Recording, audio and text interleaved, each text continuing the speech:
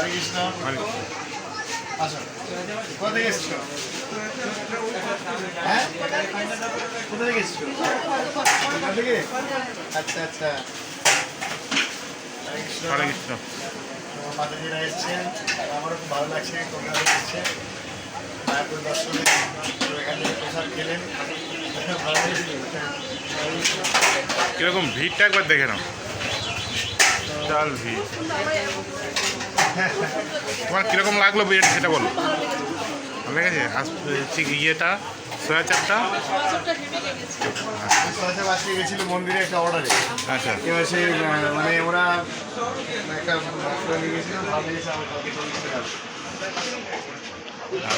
আমি খুব লাইট রান্না করি এবং আমার খুব কোনো আজিনা ছাড়া রান্না হয় আমার। পুরো আজিনা মুক্ত রান্না কোনো রকম, এবং ডক্টর চয়েস বা তুলসী দ্বারা রান্না করি না। ভারতে যেটুকু করি চেষ্টা করি ভালো খাওয়া, কোনো ভেজালভাবে করি না।